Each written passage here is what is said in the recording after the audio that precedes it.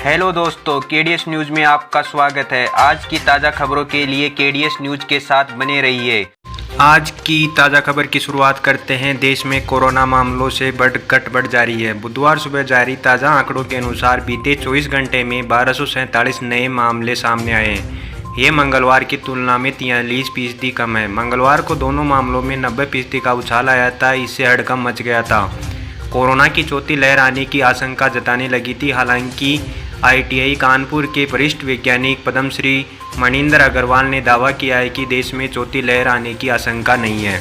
वहीं दिल्ली के जहांगीरपुरी हिंसा में पकड़ा गया मुख्य आरोपी अंसार हिंसा नहीं करने की अपील कर रहा है। सोशल मीडिया पर एक वीडियो वायरल हुआ है जिसमें वह नाबालिग के हाथ में छुरा देखकर उसे समझाते हुए दिख रहा है। बताया जा रहा है कि यह वीडियो जहांगीरपुरी हिंसा से कुछ पहले का है।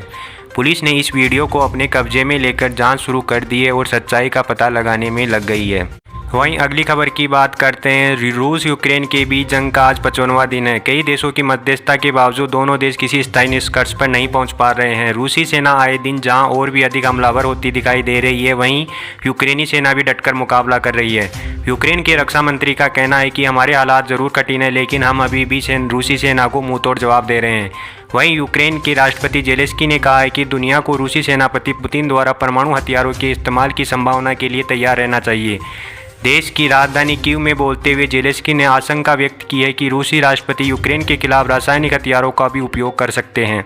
वहीं यूपी से बड़ी खबर आ रही है। मुख्यमंत्री योगी आदित्यनाथ ने फील्ड के अफसरों को साफ शब्दों में कहा है कि कानून व्यवस्था से कोई समझौता नहीं होगा।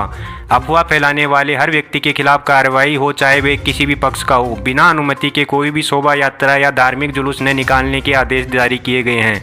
किसी भी नई परंपरा की शुरुआत न होने दी जाए। मुख्यमंत्री ने अपने दूसरे कार्यकाल के फील्ड में वरिष्ठ अधिकारियों के साथ पहली वीडियो कॉन्फ्रेंसिंग के साथ ये बात कही है। देश की सबसे बड़ी कंपनी रिलायंस इंडस्ट्रीज के चेयरमैन और लंबे समय तक एशिया के सबसे अमीर व्यक्ति रहे मुकेश अंबानी आज 65 साल के हो गए हैं। दुनिया के शीर्ष अरबपतियों की सूची में शामिल अंबानी की कंपनी RIL का मार्केट कैप समय 17 लाख करोड़ से भी ज़्यादा है और इस हिसाब से ये दुनिया की सबसे मूल्यवान कंपनियों की सूची में 42वें स्थान पर है। पिता धीरूभाई अंबानी के निधन के बाद मुकेश अंबानी ने रिलायंस की कमान अपने हाथों में ली और इसे बुलंदियों पर पहुंचा दिया है। देश के अधिकांश हिस्सों में गर्मी से राहत के आसार नहीं हैं। पंजाब और उत्तर पश्चिमी राजस्थान के कुछ हिस्सों में गरज के साथ छींटे और हल्की धूल भरी आंधी चलने की संभावना है। राजधानी दिल्ली में भी तपन से फौरी राहत मिल सकती है। वहीं पंजाब, हरियाणा, उत्तरी भारत, राजस्थान, बिहार, ओडिशा, झारखंड, पश्चिमी मध्य प्रदेश और उनके आसपास के इलाकों में अलग अलग हिस्सों में लू की संभावना की स्थिति बनी हुई है। वहीं 12 लाख से ज़्यादा जाबाज सैनिकों वाली भारतीय सेना ने ज़बरदस्त निर्णय लिया है जिसको पूरी दुनिया देखती रह जाएगी। सेना ने हर संभव को संभव करने के लिए इलेक्ट्रिक वाहन इस्तेमाल करने का प्लान बनाया है। सेना कई पड़ावों में सीमित संख्या में इलेक्ट्रिक वाहन शामिल करेगी। भारत में प्रदूषण कम करने के लिए इंडियन आर्मी ने यह कदम उठाने का प्लान किया है। 18 से 22 अप्रैल के बीच आयोजित होने जा रही आर्मी कमांडर्स की कॉन्फ्रेंस में इलेक्ट्रिक वाहन पेश करने की चर्चा की जाएगी।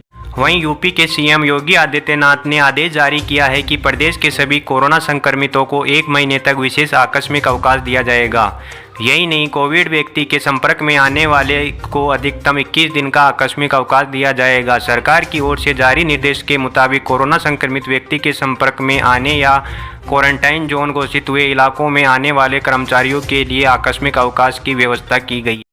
वहीं जम्मू कश्मीर में पीएम नरेंद्र मोदी की यात्रा से पहले आतंकवादियों ने एक बार फिर गतिविधियां तेज कर दी है। पुलवामा जिले में रेलवे सुरक्षा बल के 2 जवानों पर आतंकियों ने हमला कर दिया। काकापोरा में एक चाय की दुकान के पास हेड कांस्टेबल सुरेंद्र सिंह और सहायक उप निरीक्षक देवराज को गोली मार दी।